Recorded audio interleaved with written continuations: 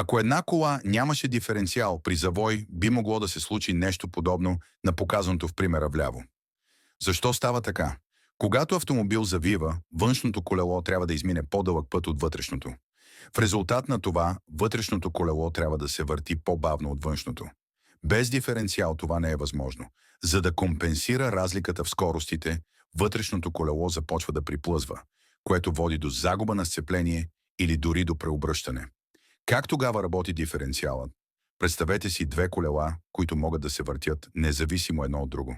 Ако поставим спица на всяко колело към оста, лявото и дясното колело могат да се въртят отделно.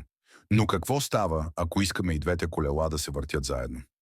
Решението е просто: добавяме напречна греда по средата, която позволява и двете колела да се въртят едновременно. А как да закрепим гредата?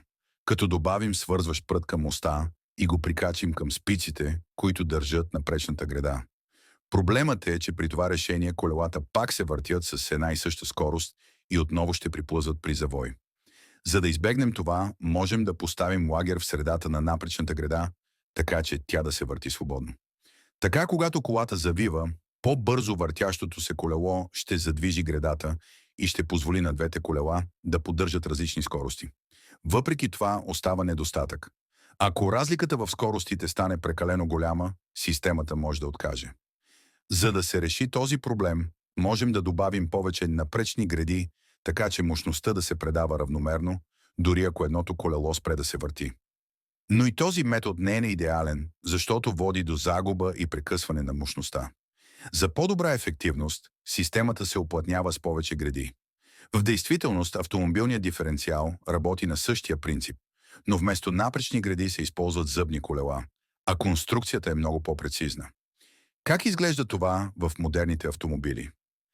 Двигателят предава мощността си чрез малко зъбно колело в края на карданния вал към пръстеновидно зъбно колело. То е свързано с планетарно колело, което не само обикаля около пръстеновидното, но и може да се върти около собствената си ос при външно въздействие. Планетарното колело зацепва с две странични зъбни колела, свързани с осите на двете колела.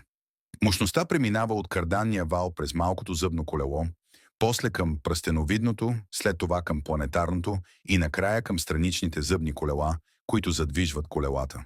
Обикновено има и второ планетарно колело, разположено срещу първото.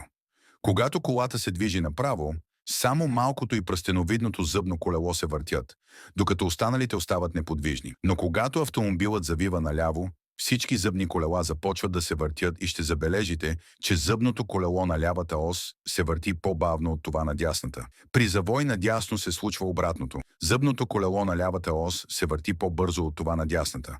Именно така диференциалът позволява на автомобила да завива плавно и стабилно, дори когато колелата се въртят с различни скорости.